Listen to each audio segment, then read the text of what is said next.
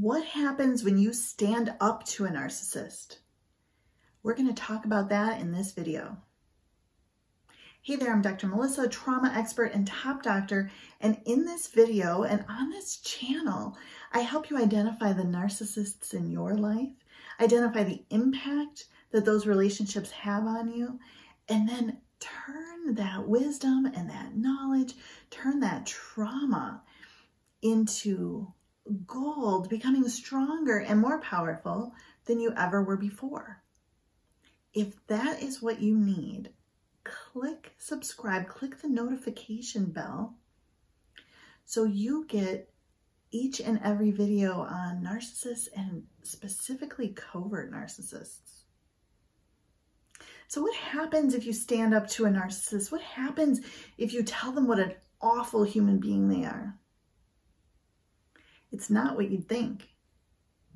When you stand up to a narcissist, you give away your power. You take yourself further from wholeness and peace. You disconnect from yourself. It's totally counterintuitive. I get it. Let's look first at what happens to the narcissist. The narcissist gets a massive boost of narcissistic supply. Why? You've told them exactly what hurts you. You've revealed your insecurities, and you've given them a big reaction. This makes them relevant. Talk about massive narcissistic supply. If they're a covert or vulnerable narcissist, you've also given them ample stories to share with their flying monkeys to get even more narcissistic supply. They get to play the victim. It's like hitting the jackpot. Here's what will happen when you tell the narcissist how awful they are. They will say you're crazy. They'll say you have anger issues. They'll say you verbally attacked them. They'll devalue you. They'll dismiss what you have to say.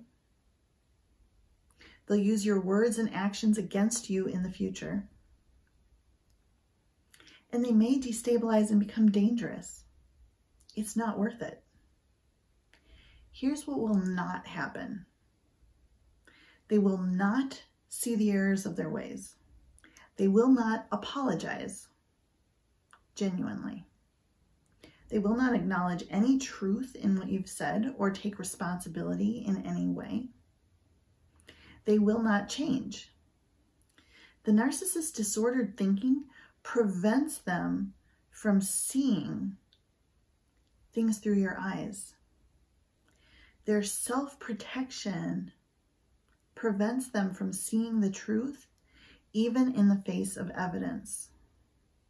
The idea of standing up to someone is right, and in this case, the action is wrong.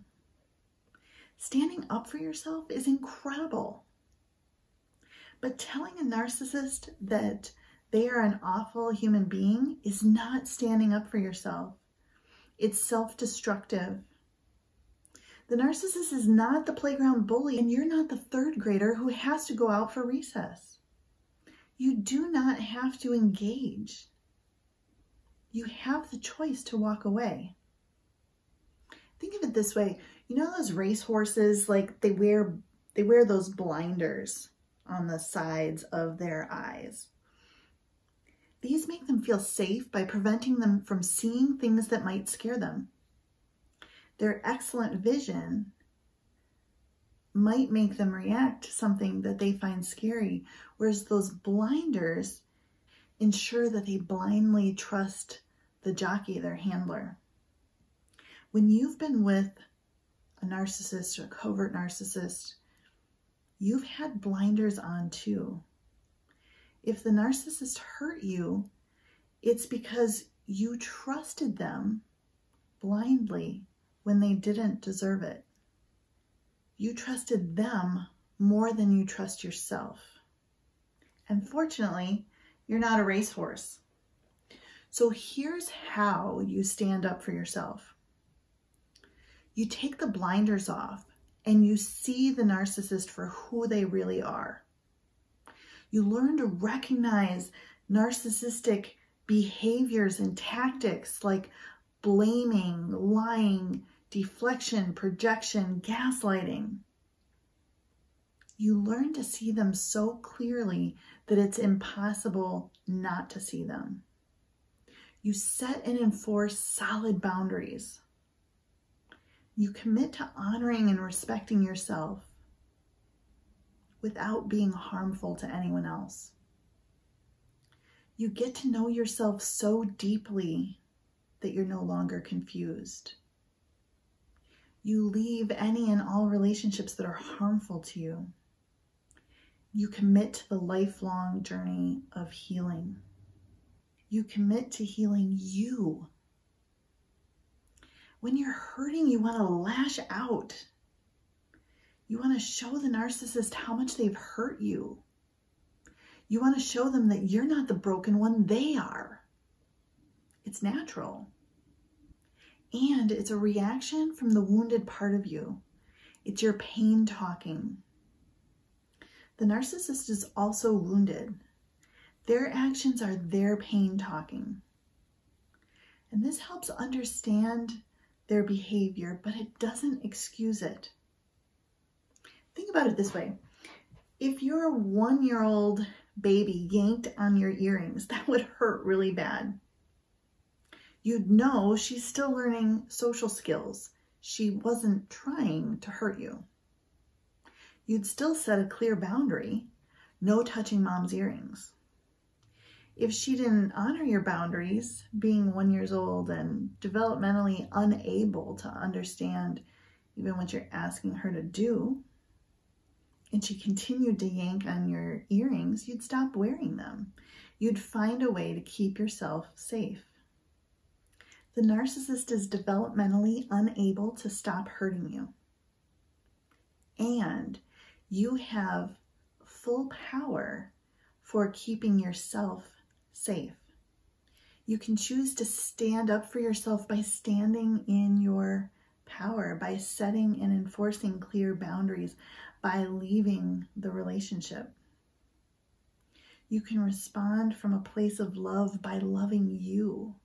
Keeping yourself safe, enforcing your boundaries is a loving act towards you. And when you move from love, you connect more deeply to the truth of who you are.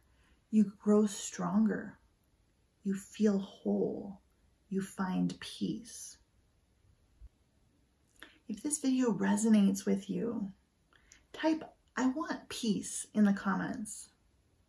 Then like it. Subscribe, click the notification bell, share the video with someone you know who needs to hear this message. Share it with someone who you want to understand what it is that you've been going through. And if you know that you are ready to move along that journey from narcissist victim to anti-fragile narcissist survivor, I invite you to download my free guide to walk you through that process at narclesslife.com. I'm Dr. Melissa, and I'll see you in the next video.